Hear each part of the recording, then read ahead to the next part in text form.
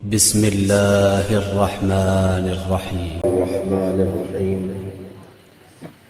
الحمد لله الذي لا يبلغ مدحته القائلون ولا يحصي نعماءه العادون ولا يعدي حقه المجتهدون الذي ليس لصفته حد محدود ولا نعت موجود ولا وقت معدود ولا أجل ممدود فطر الخلائق بقدرته ونشر الرياح برحمته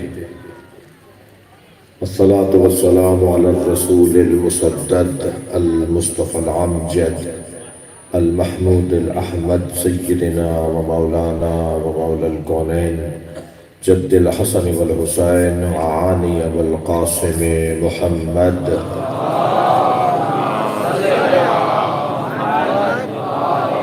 وآله الطيبين الطاهرين المعصومين الذين أذهب الله عنهم الرجس وطهرهم تطهيرا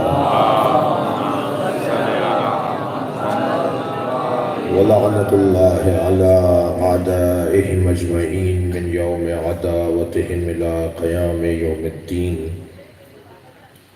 أما بعد قال الحكيم في القرآن الكريم بسم الله الرحمن الرحيم أطاعوا الله فلا تستعجلوه سبحانه وتعالى عما يشركون صلوات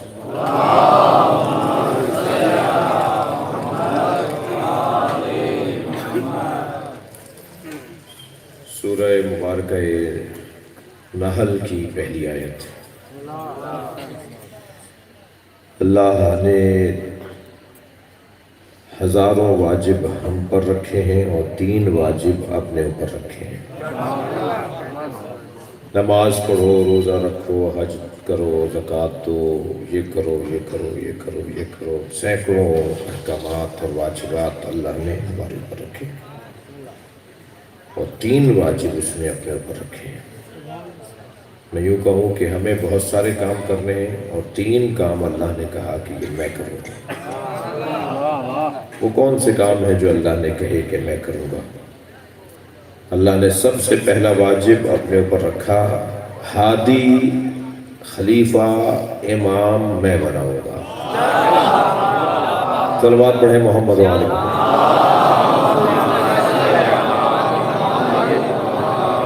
مجمع بہت زیادہ ہے مگر صلوات ایسی نہیں ہے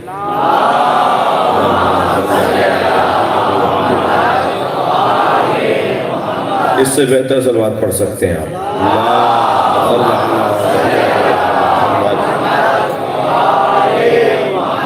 جشن کی طرح مسکراتے ہوئے صلوات پڑھیں باواز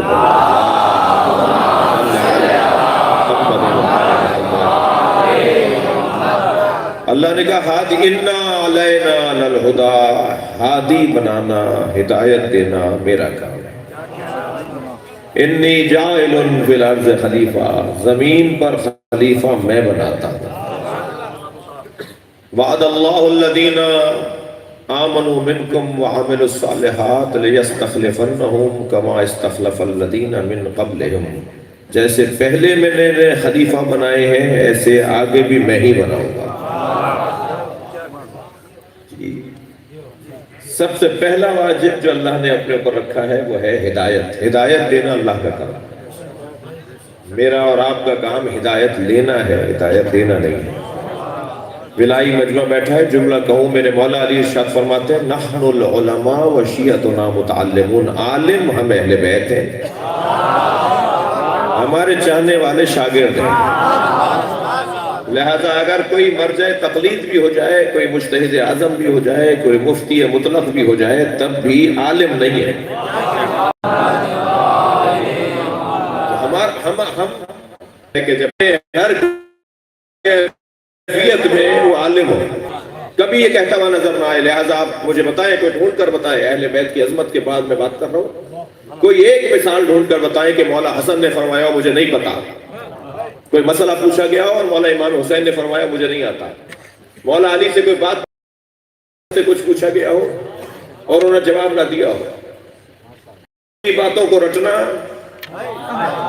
وہ شاید بڑے بڑے لوگوں کا کام ہو، علم کو ایجاد کرنا اہل بیت کا کام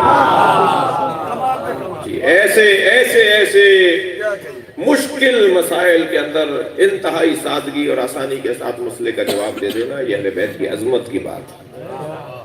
لہٰذا ہم سب شاگرد ہیں، ہم میں سے کوئی کتنا ہی بڑا دانشور ہو جائے ہماری کوئی حیثیت نہیں ہے، ہمارا علم ایک لمحے کے لیے بھی ہمارے ہاتھ میں نہیں رہ پاتا، صرف اور صرف اہل بیت عالم ہے۔ صحیح دقت چاہوں گا اللہ نے اس گھرانے کو کمالات دے کر عالم بنا کر بھیجا ہے، وہاں سے پڑھا کر بھیجا ہے، وہاں سے پڑھا کر بھیجا ہے۔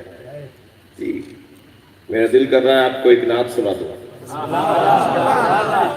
جس میں میرے یہ جو اب تک کی گفتگو ہے وہ اس نعت کے اندر بھی ہم نے نظم کی ہے، اور شعر کی محفل ہے اور جشن آپ منا رہے ہیں تو کچھ پچھلے دنوں ایک نعت ہم نے لکھی ہے، اس کے کچھ شعر سنا دیتا ہوں۔ نعت کی جو زمین ہے وہ علامہ نجم افندی کی ہے اور کاشتکاری ہماری بھی ہے۔ عرض کیا ہے کہ جہان حسن سے یہ انقلاب ہو نہ سکا، سارے حسینوں نے مل کر بھی محمد جیسا نہیں بنایا۔ جہان حسن سے یہ انقلاب ہو نہ سکا، ساری دنیا کے حسینوں سے بھی کچھ نہیں ہو پایا۔ جہان حسن سے یہ انقلاب ہو نہ سکا، محمد عربی کا جواب ہو نہ سکا۔ بڑی نہایت توجہات کو شکر گزار ہوں، میں ابھی شعر آپ کو اور سنا رہا ہوں کہ میں بھی واقف سر کتاب ہو نہ سکا، کہ میں بھی واقف سر کتاب ہو نہ سکا، اسی لیے تو میرا انتخاب ہو نہ سکا۔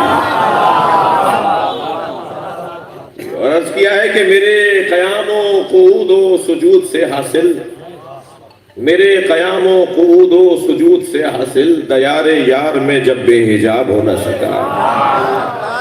توجہ چاہوں گا، اور پڑھا کے غیب سے بھیجا ہے میرے آقا کو، جب یہ عرض کر رہا تھا آپ سے، پڑھا کے غیب سے بھیجا ہے میرے آقا کو، بجز نبی کوئی امی خطاب ہو نہ سکا۔ صلوات پڑھیں محمد و آل محمد۔ بجز امی خطاب، بجز نبی کوئی امی خطاب ہو نہ سکا، کرم نگاہی آقا ہیں بوذر و سلمہ۔ کسی کو کلاس میں بٹھا کے عالم بناتے ہیں، کسی کو سینے سے لگا کر عالم بناتے ہیں۔ کرم نگاہی آقا ہیں بوذر و سلمہ، وہ ذرہ کیا جو یہاں آفتاب ہو نہ سکا۔ اور عرض کیا ہے عزیزان گرامی، گیا تھا بارگاہ مصطفیٰ میں اس کے بعد، گیا تھا بارگاہ مصطفیٰ میں اس کے بعد، غم حیات کبھی کامیاب ہو نہ سکا۔ اور توجہ چاہوں گا کہ حقیقتاً ابو طالب کے لاڈلے کے سوا، بھائی دیکھیے گا، حقیقتاً ابو طالب کے لاڈلے کے سوا، حقیقتاً ابو طالب کے لاڈلے کے سوا کوئی بھی مثل رسالت مآب ہو نہ سکا۔ صلوات پڑھیں محمد و آل محمد۔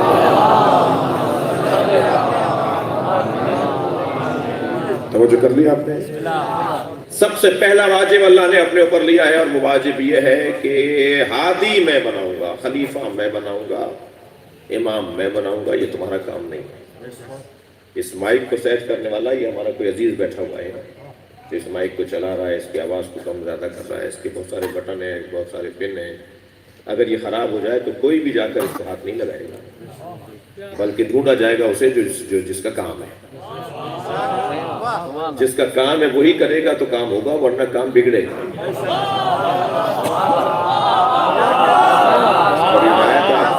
کام جب اللہ کا ہے تو اللہ سے مانگو، تم کرو گے تو بگاڑو گے۔ یہ کام اللہ نے اپنے اوپر لیا ہے۔ ایک واجب اللہ نے ہادی بنانے کا کام اپنے اوپر، دوسرا واجب سنیں گے، دوسرا واجب رزق دینا اللہ کا کام ہے۔ ما من دابۃ فی الارض الا علی اللہ رزقها، زمین پر کوئی چلنے والا، رینگنے والا، ہلنے والا، حرکت کرنے والا نہیں ہے مگر یہ کہ اس کے رزق کی ذمہ داری مجھ اللہ کا ہے۔ اللہ رازق ہے، اللہ دے گا رزق، رزق دینا اللہ کا کام ہے۔ اللہ نے ہم سے کہا میری اطاعت کرو، ہم نے کہا ہمیں اس کی ضرورت نہیں ہے۔ اللہ نے کہا رزق میں دوں گا، بندے کہنے لگے ہم کو ڈھونڈ لیں گے۔ بندے رزق کی تلاش میں رہتے ہیں اطاعت کو چھوڑ کر۔ ہمارا کام ہے اللہ کی بندگی کرنا، رزق دینا اس کا کام ہے۔ ہم اپنا کام اللہ پہ نہ ڈالیں اور اللہ کا کام خود نہ لیں۔ جی رزق دینا اللہ کا کام ہے، اللہ دے گا رزق، وہ دینے والا ہے۔ میں جب مدرسے پڑھنے گیا تو ایک صاحب کہنے لگے کہ آپ مولوی بننے جا رہے ہیں، کھائیں گے کہاں سے؟ میں نے کہا جی اللہ دے گا، ہم نے آیت پڑھ کے سنا دی۔ کہنے نہیں یہ بات تو ٹھیک ہے، پھر بھی گزارا کیسے ہوگا؟ ہم نے ایک حدیث سنا دی۔ کہنے نہیں یہ باتیں تو ٹھیک ہیں، مولوی ملاؤں کی باتیں ہیں، مگر یہ بھی تو پتا ہو کہ کچھ انجام کیا ہوگا، وہ کیسے گھر چلے گا، کیسے چولہا چلے گا۔ میں نے جب ان کو کئی حدیثیں سنا دی، آیتیں سنا دی اور وہ بات سمجھ نہیں رہے تھے تو میں نے کہا ہاں ایک اسرائیل کا یہودی ہے، اس نے کہا کہ $100 مہینے کے دوں گا۔ کہنے ہاں اب ہوئی نا بات۔ یعنی انسان پر تو یقین ہے کہ وہ پیسے دے دے گا، مگر بندے کو اللہ پر یقین نہیں ہے۔ وہ کہہ رہا ہے کہ میں تمہیں رزق دوں گا، بھائی کیوں پریشان ہوتے پھر رہے ہو؟ میرا کام تمہیں رزق فراہم کرنا ہے، تمہارا کام ہے میری بندگی کرنا ہے۔ دوسرا واجب اللہ نے اپنے اوپر لیا کہ رزق میں دوں گا۔ تیسرا واجب فاطمہ کا شوہر میں بتاؤں گا کہ کون بن سکتا ہے۔ صلوات پڑھیں محمد و آل محمد۔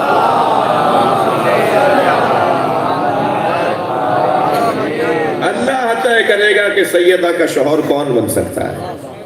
جیسے جیسے رشتے آتے تھے میرے مولا نبی کی خدمت میں، جناب زہرا کے لیے، سیدہ کے لیے، نبی ایک ہی جملہ فرماتے تھے یہ امر الہی ہے، وہی جانتا ہے، اور انتظار میں رہے کہ کب اللہ کی طرف سے پیغام آئے۔ اور جب مولا کائنات گھر پر تشریف لے کر آئے ہیں، اسی دن ستارہ اتر کر آیا، یہی ہے جو اللہ کی طرف سے آ رہا ہے۔ لہذا امر الہی میں ایک امر یہ ہے کہ اللہ ہدایت دے گا۔ اب میں عزیزان گرامی اپنے مضمون پر آؤں اور میرا مقدمہ مکمل ہو۔ اللہ نے ہم سے کچھ وعدے بھی کیے ہیں۔ اللہ نے ہم سے ایک وعدہ یہ کیا ہے، اللہ نے ایک وعدہ ہم سے یہ کیا ہے کہ زمین عدل و انصاف سے پر ہو جائے گی، زمین ظلم و جور سے محفوظ ہو جائے گی۔ اللہ نے وعدہ یہ کیا ہے کہ میں زمین کا اختیار نیک اور سادے بندوں کے ہاتھ میں دوں گا۔ اختیارات نیک لوگوں کے ہاتھ میں آئیں گے۔ یہ اللہ کا وعدہ ہے۔ وعد اللہ الذین، اللہ نے صاحبان ایمان، صاحبان کردار سے وعدہ کیا ہے کہ خلیفہ وہ بنائے گا، وہ ایسا خلیفہ بنائے گا کہ لا یعبدوننی ولا یشرکون، کوئی شخص نہیں رہے گا کہ جو مجھ پہ شرک کرتا ہو اور میری عبادت سے دور رہتا ہو۔ دنیا میں کوئی نہیں بچے گا جو اللہ کی بندگی سے دور ہو۔ جی شہر ابن حوشب نامی ایک شخص ہے کہ جو حجاج ابن یوسف کے دربار میں بھی بیٹھتا ہے اور امام محمد باقر کے پاس بھی جاتا ہے۔ کچھ لوگ آپ کو ایسے ملیں گے کہ جو 2 کشتیوں کے سوار ہوتے ہیں، یعنی اہل بیت سے بھی محبت کا اظہار کرتے ہیں اور دشمنوں سے بھی مراسم رکھتے ہیں۔ خطرناک لوگ ہیں، ان سے بچ کے رہیے گا۔ کھلے کھلے لوگوں کے ساتھ جن کی دشمنی ہو، ان کے ساتھ، دونوں کے ساتھ دوستی نہیں ہو سکتی، اور اگر حق اور باطل کا معیار ہو۔ ہمارے درمیان یہ باتیں ہوتی ہیں کہ مثال کے طور پہ شہنشاہ سے نقوی MW والوں کے ساتھ بھی دوستی ان کی ہے اور شیعہ المکونسل والوں، 2 کشتیوں کے سوار ہیں، دونوں باطل نہیں ہے بھائی، دونوں حق اور باطل پہ نہیں ہے۔ وہاں گفتگو ہوگی 2 کشتیوں کے سوار، جہاں ایک باطل اور ایک حق کرو، لیکن دونوں اگر اہل بیت کی خدمت کرنا چاہتے ہیں، اہل بیت کے چاہنے والوں کے حقوق کی دفع کرنا چاہتے ہیں، سلیقہ مختلف ہو سکتا ہے مگر مقصد دونوں کا مختلف نہیں ہے، طریقہ مختلف ہو سکتا ہے، انداز کام مختلف ہو سکتا ہے، مگر مقصد دونوں کا ایک ہی ہے۔ تو اگر آپ کی ان سے بھی مراسم ہو، مثلا 2 امام بارگاہ ہیں، فرض کیجئے میرپور خاص میں، فرض کیجئے 2 امام بارگاہ ہیں آپ کے، اللہ کرے 200 ہوں۔ ایک صاحب کہنے لگے، کون صاحب کہنے لگے؟ مولانا عباس علی نجفی صاحب کا جملہ ہے یہ۔ مولانا عباس علی نجفی صاحب فرمانے لگے، میرپور خاص واگرے جی کے بزرگ ہمارے پورے پاکستان کے بزرگوں میں سے تھے، فرمانے لگے کہ پریشان نہیں ہوا کرو لڑائی جھگڑوں میں، مولوی لڑے گا تو دوسری مسجد بنے گی، مومن لڑے گا تو دوسرا امام بارگاہ بنے گا۔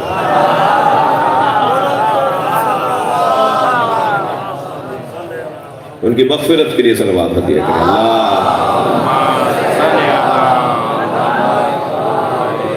پھر بھی ہماری لڑائی میں بھی برکت ہے، ایک اور مسجد بن جائے گی نا، ایک اور امام بارگاہ بن جائے گا۔ توجہ چاہوں گا، اگر ہمارے شہر میں 2 امام بارگاہ ہوں اور آپ اس سے بھی ویسے ہی سچے ہوں اور آپ اس سے بھی ویسے ہی سچے ہوں ایک جیسے. کوئی کہیے دو کشتیوں کے سوال. دو کشتیاں نہیں ہیں بھائی. دو کشتیاں جس کے رخ مختلف ہوں وہ دو کشتیاں کہلاتی ہیں. لیکن اگر 50 کشتیاں ایک ہی طرف جا رہی ہوں تو یہ ایک ہی کشتی ہے جی. مگر کچھ لوگ آپ کو تاریخ میں ایسے ملیں گے, کچھ لوگ آپ کو اپنے علاقوں میں بھی ایسے ملیں گے کہ حسین سے بھی پیار اور یزید سے بھی مراسم. ایسے لوگ ملتے ہیں معاشرے میں. ان میں سے ایک نام ہے شہر ابن اوشد. مولا باقر کے ہاں بھی سلام کرنے جاتے ہیں, سیکھنے جاتے ہیں, سمجھنے جاتے ہیں, علم حاصل کرنے جاتے ہیں, اور حجاج ابن یوسف کے دربار میں بھی جاتے ہیں.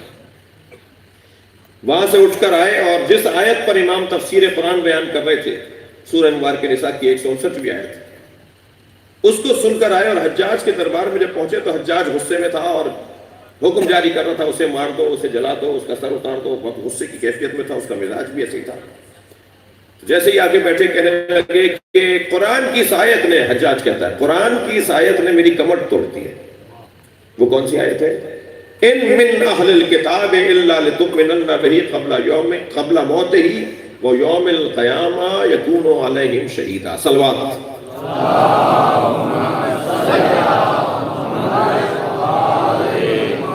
اس سے اور بہتر صلوات.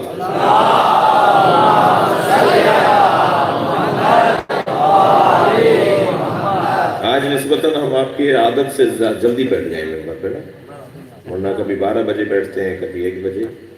آج ذرا جلدی بیٹھ گئے تو آپ تھوڑے سست سے نظر آ رہے ہیں. تھوڑا سا گردن ہلاتے رہیے تاکہ بات میری جائے. کہنے لگا اس آیت نے, توجہ چاہوں گا, اس آیت نے میری کمر توڑ دی کہ قرآن یہ کہہ رہا ہے ان من اہل الکتاب, کوئی بھی اہل کتاب میں سے نہیں رہے گا الا تؤمنن بہ قبل موتہ, مگر یہ کہ مرنے سے پہلے وہ مومن ہو جائے گا. وَيَوْمِ الْقَيَامَةِ يَكُونُ عَلَيْهِمْ شَهِيدًا, اور ان کے مومن ہونے پر قیامت کے دن عیسیٰ گواہی دیں گے. کہنے لگا مار دو ان عیسائیوں کو, قتل کر دو ان یہودیوں کو, یہ مر رہے ہیں مگر مسلمان نہیں ہو رہے ہیں, اور قرآن تو کہہ رہا ہے کہ یہ مرنے سے پہلے مومن ہو جائیں گے. یہ تو مومن نہیں ہو رہے. تو شہر ابن حضرت عیسیٰ آ گئے. اس نے کہا کیا؟ کہا مہدی آئیں گے اور عیسیٰ آ کر ان کی ایمان کی گواہی دیں گے. یہ آیت اس پیغام سے متعلق ہے. اسی دنیا میں یہ سارے حضرت عیسیٰ کے آ جانے کے بعد, گواہ تو آئے نا, ان کے سامنے گواہی دیں گے نا. یہ حضرت عیسیٰ کے آ جانے کے بعد یہ سب عیسائی مسلمان ہو جائیں گے, یہ سارے یہودی مسلمان ہو جائیں گے. مستقبل اسلام کا ہے, لِيُظْهِرَهُ عَلَى الدِّينِ كُلِّهِ, یہ اللہ کا وعدہ ہے اسلام ادیان پر غالب آئے گا, اور اس اسلام کو اللہ سارے ادیان پر غالب کرے گا, اس لیے کہ اس دین سے اللہ راضی ہے جس میں ولایت علی ہے. الیوم اکملت لکم دینکم. صلوات پڑھیں محمد و آل محمد.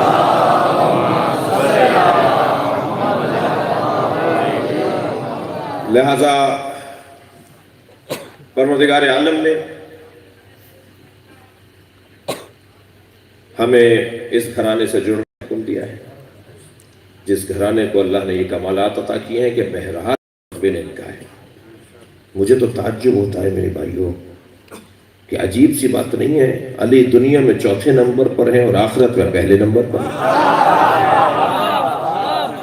جو آخرت میں پہلے نمبر پر ہے اسے دنیا میں پہلے نمبر پہ مانو.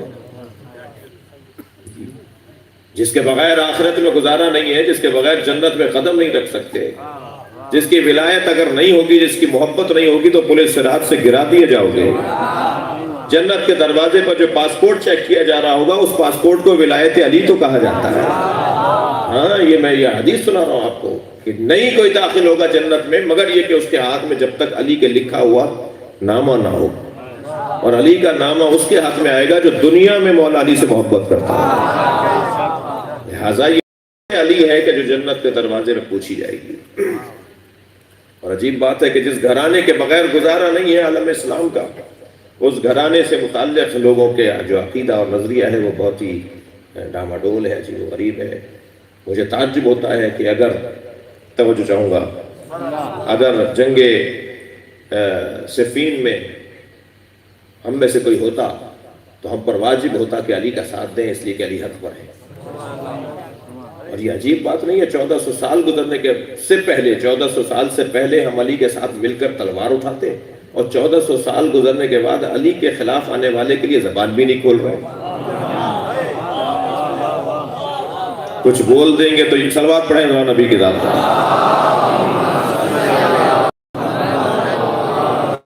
یعنی ہم ہی لوگ اگر 1400 سال پہلے ہوتے تو علی کے حق میں تلوار چلاتے اس طرف، اور 1400 سال کے بعد ہم زبان بھی نہیں کھول سکتے کہ جی خبردار کچھ بولنا نہیں ہے۔ میں ان لوگوں سے بھی تعجب کرتا ہوں جو اہل بیت کے فضائل پڑھنے پر اگر ایف آئی آر کٹ جائے تو پریشان نظر آتے ہیں۔ اہل بیت کی شان میں اگر آپ نے کوئی بات کی اور آپ پر کسی نے کوئی ایف آئی آر کٹوا دی، اگر اہل بیت کے دشمنوں کے بارے میں آپ نے اشارے کنائے میں بھی بات کی، اس پہ ایف آئی آر کٹ گئی، تو پریشان نہ ہوا کرو، اس ایف آئی آر کو گلے میں ڈال کے ہار سمجھا کرو، اور اللہ کا شکر ادا کرو کہ رجسٹرڈ مولائی ہو گئے ہو۔ صلوات پڑھیں محمد و آل محمد۔ کیا پریشانی ہے بھائی؟ عجیب بات ہے، مجھے تو کچھ سمجھ میں نہیں آ رہا۔ میں تو دعوت دے رہا ہوں کہ کچھ ڈھونڈو، میرے نقطے ڈھونڈو، کوئی میرا پوائنٹ ڈھونڈو، مجھ پہ ایف آئی آر کٹواؤ۔ جی میں اپنے مخالفوں کو دعوت دے رہا ہوں، ایف آئی آر کٹواؤ، اور پھر جب ہم گرفتاری دینے جائیں گے نا تو پاکستان کو کشمیر سے لے کر کراچی تک جوڑ دیں گے۔ صلوات پڑھیں محمد و آل محمد۔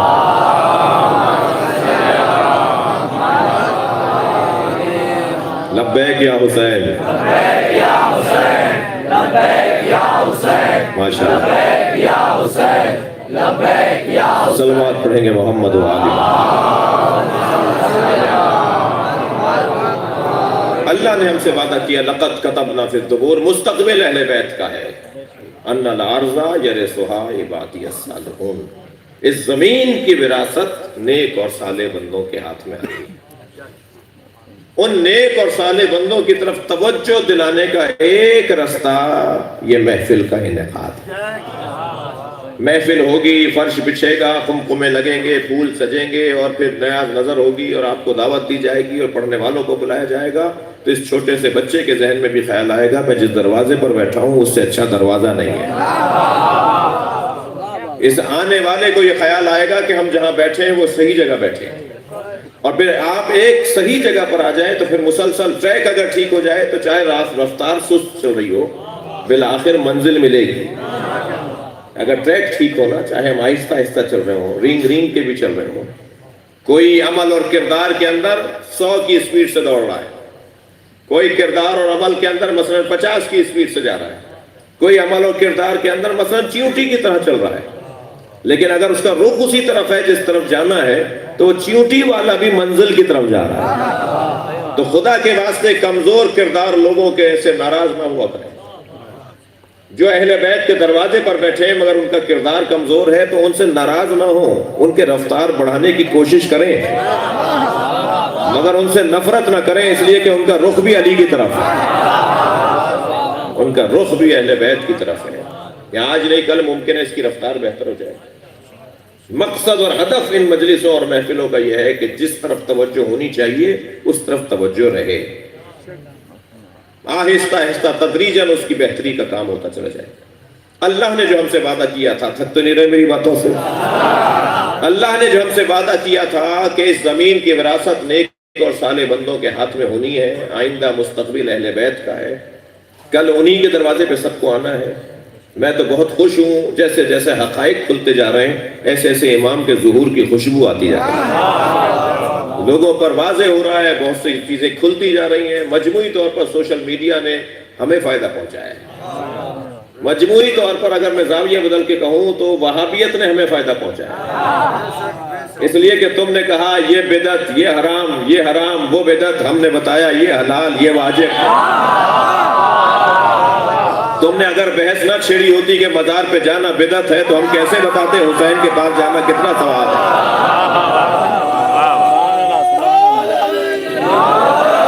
تم نے اگر کہا ہوتا نہ کہا ہوتا کہ کالے کپڑے پہننا بدعت ہے تو ہم کیسے بتاتے کہ کالے کپڑے پہننا کیسے سنت ہے؟ تو میرے اعتبار سے تو یہ وہابیت بھی ہمارے لیے فائدے مند رہی۔ اور ایک بہت بڑے مفتی صاحب کا کلپ تو ایک یوٹیوب چینل پر موجود ہے، وہ فرمانے لگے کہ پاکستان میں جو شیعوں کو قتل کیا گیا، ان تکفیریوں نے، جو ایک جماعت بنائی گئی دلدم جماعت، جس نے پورے پاکستان میں کافر کافر نعرے لگائے، پھر قتل کے کام کیے، انہوں نے کہا انہوں نے پاکستان میں شیعوں کو قتل کر کے سنیوں کو نقصان پہنچایا، اور دلیل انہوں نے یہ دی کہ 50 سال پہلے کینیڈا میں کوئی امام بارگاہ نہیں تھا، آسٹریلیا میں کوئی امام بارگاہ نہیں تھا، امریکہ میں ماتم نہیں ہوتا تھا، تم نے پاکستان میں انہیں اتنا مارا یہ پوری دنیا میں پھیل گیا۔ لہذا ہر کام کا ایک مثبت پہلو ہے، اسے لے لینا چاہیے۔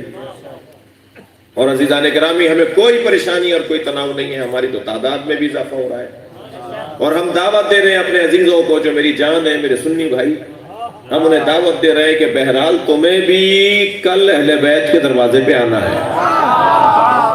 ممکن ہے کوئی کہے کہ جی ہم آج بھی اہل بیت کے دروازے پر ہیں، تو میں انہیں صرف ایک جملہ کہہ کے گزروں گا تاکہ کوئی دل آزاری نہ ہو جائے، طبیعت پر کوئی بھاری پن نہ آ جائے، کوئی کسی کی دل آزاری کا سبب بننا میرا مقصد نہیں ہے، صرف انہیں ایک جب بات کہہ کر جانا چاہتا ہوں، اور وہ یہ کہ یہ کیسی چاہت ہے، یہ کیسا پیار ہے کہ دل میں علی بستا ہے، حلیے میں علی نہیں بستا۔ میرے اعضاء و جوارے سے بھی تو ثابت ہو نا، میں نماز بھی تو ایسے پڑھوں نا جیسے علی پڑھتے تھے، میں روزہ بھی تو ایسے کھولوں، صلوات پڑھے محمد و آل محمد،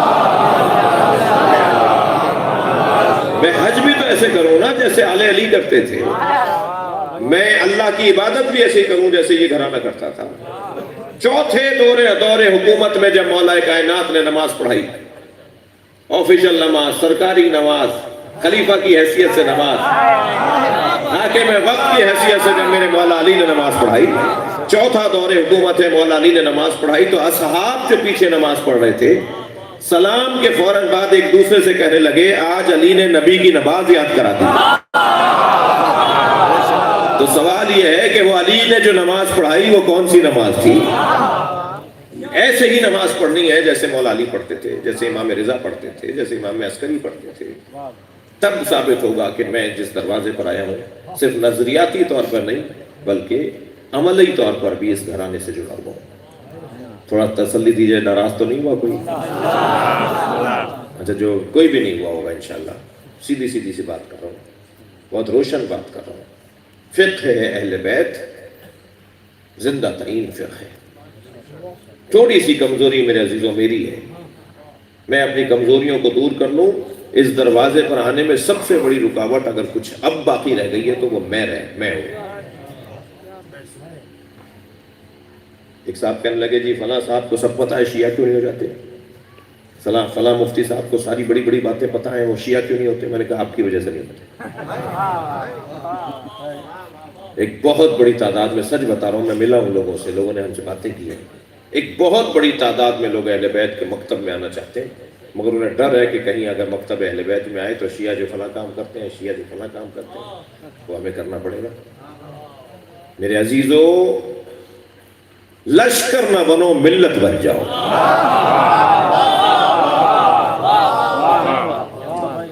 جب ملت کا عنوان ہمارے اوپر آئے گا تو پھر ہم کسی کی قیادت کے بھی قائل ہو جائیں گے، پھر ہم کسی کو بڑا بھی ماننے لگیں گے، پھر جو جس کا کام ہے اس کے حوالے کیا جائے گا۔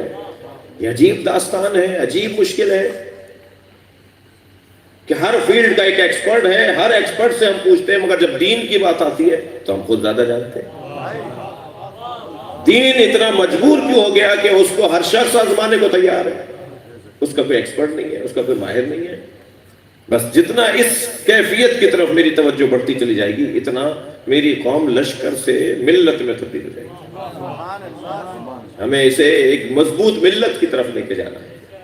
جہاں جہاں شیعہ قوم ملت بنی ہے وہاں کبھی انقلاب برپا کیا ہے، اور کہاں کبھی انہوں نے اسرائیل جیسی طاقت سے لڑ کر حزب اللہ بن کر دکھایا۔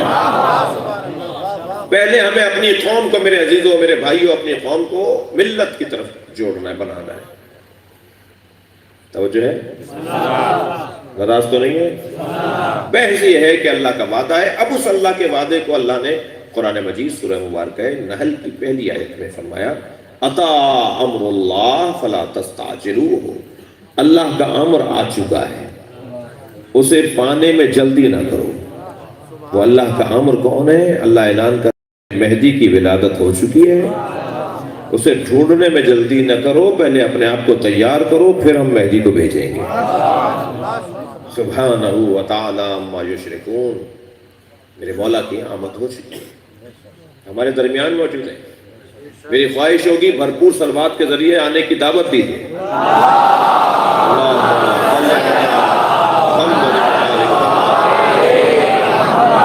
ہمارے برادران نے جو محفل سجائی ہے، اس محفل میں امام ایک لمحے کے لیے توجہ کر لیں، صلوات پڑھ کر انہیں بلائیں۔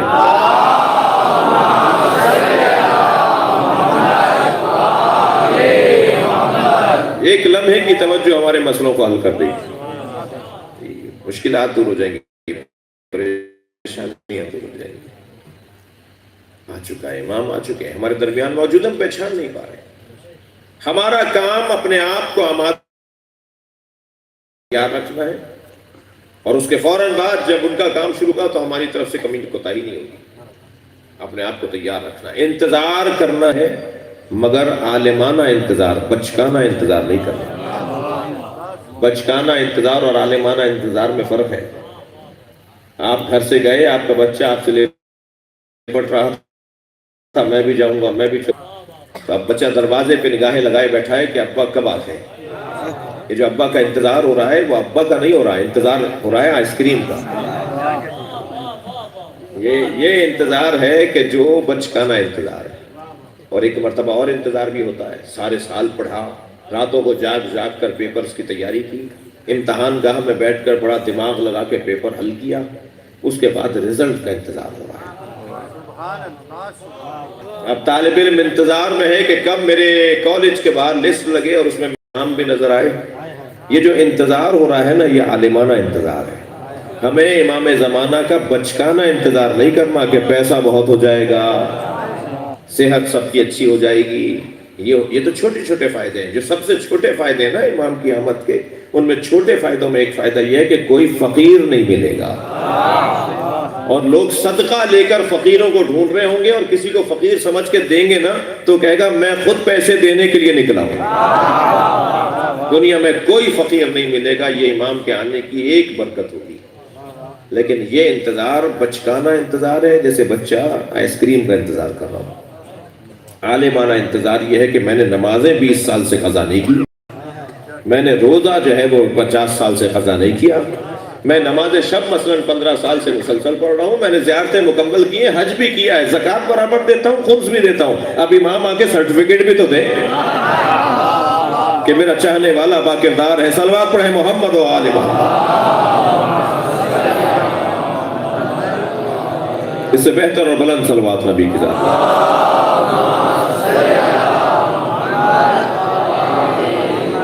شادمان رضا صاحب تشریف لائیں تو میں آپ کو ایک قصیدہ سناؤں، پھر آپ سے ہم سنیں گے۔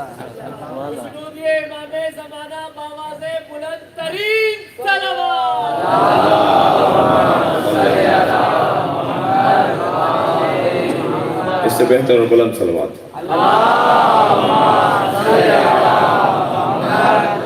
صلوات کو عبادت سمجھ کے بلند ترین صلوات۔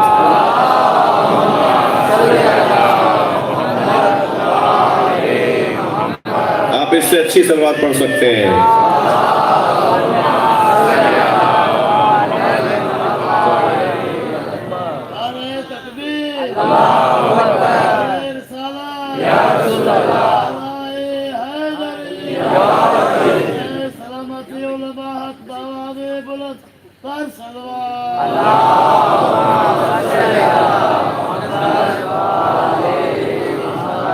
توجہ کر لیا آپ نے؟ وہ جو امر الہی آ چکا ہے، عطا امر اللہ، اللہ کا امر آ چکا، امام کی ولادت ہو چکی، اسے پانے میں جلدی نہ کرو۔ یہ جلدی نہ کرو اور انتظار کرو، اپنے آپ کو تیار کرو۔ جلدی العجل العجل صرف کہنے سے فائدہ نہیں ہوگا۔ جناب امیر مینائی کی زمین میں ایک مولا امام زمانہ کی شان میں غزل کہی ہے میں نے۔ جی معشوق کے لیے غزل کہی جاتی ہے بھائی۔ امام خمینی رحمۃ اللہ علیہ کا پورا دیوان ہے غزلیات کے اوپر، اور اصل عشق ہونا بھی ہمیں امام زمانہ سے چاہیے نا۔ تو تو وہ معشوق حقیقی کی بارگاہ میں کچھ عرض کیا ہے کہ سرمے طور لگا دیدہ تر پیدا کر. جی دیکھنا چاہتے ہو تو بھائی وہ طور کا سرما چاہیے. حضرت موسیٰ سرمے طور لگا دیدہ تر پیدا کر, شوق دیدار اگر ہے تو نظر پیدا کر. سرمے طور لگا دیدہ تر پیدا کر, شوق دیدار اگر ہے تو نظر پیدا کر. زینہ منبر شبیر سے بڑھ کر کیا ہے, اس سے اونچی کرسی نہیں ہے. زینہ منبر شبیر سے بڑھ کر کیا ہے, مل گیا تجھ کو شرف اس پہ نہ شر پیدا کر. مل گیا تجھ کو شرف اس پہ نہ شر پیدا کر. اور ان کے احسان پہ احسان چلے آتے ہیں, ان کے احسان پہ احسان چلے آتے ہیں, اپنی الفت میں بھی انداز دیگر پیدا کر. اللہ اکبر. اور ہر چمک دیکھ کے رک جانا کہاں اچھا ہے. گاڑی پیسہ بنگلہ شہرت دیکھ کر انسان اس کا ہو جائے, ہر چمک دیکھ کے رک جانا کہاں اچھا ہے. خود کو مضبوط بنا, شمس و قمر پیدا کر. اور الاجل کہنے سے آ جائیں گے مولا کیسے, دقت چاہوں گا, الاجل کہنے سے آ جائیں گے مولا کیسے, الاجل کہنے سے آ جائیں گے مولا کیسے. اپنے آقا کے ذرا دل میں تو گھر پیدا کر. اور ساحل عشق پہ رک جانے سے حاصل کیا ہے, ساحل عشق پہ رک جانے سے حاصل کیا ہے, ڈوب کر پار اترنے کا ہنر پیدا کر. ڈوب کر پار اترنے کا ہنر پیدا کر. اور توجہ چاہوں گا سر اٹھانے لگے ہیں وقت کے مروان و یزید. توجہ چاہوں گا سر اٹھانے لگے ہیں وقت کے مروان و یزید. سر کٹانے کو ہو تیار وہ سر پیدا کر. سر کٹانے کو ہو تیار وہ سر پیدا کر. اور دل گرفتہ ہے اگر ظلم و ستم سے عاصی, دل گرفتہ ہے اگر ظلم و ستم سے عاصی.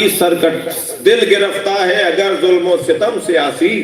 خانقاہی سے نکلنے کا جگر پیدا کر. یا اللہ ہمارے بولنے کو عبادت شمار فرما, اور اس عبادت کی قبولیت اور یہ عبادت جاری ہے, اس کے مسلسل جاری رہنے اور پائے تکمیل تک پہنچنے کی توفیق عطا فرما.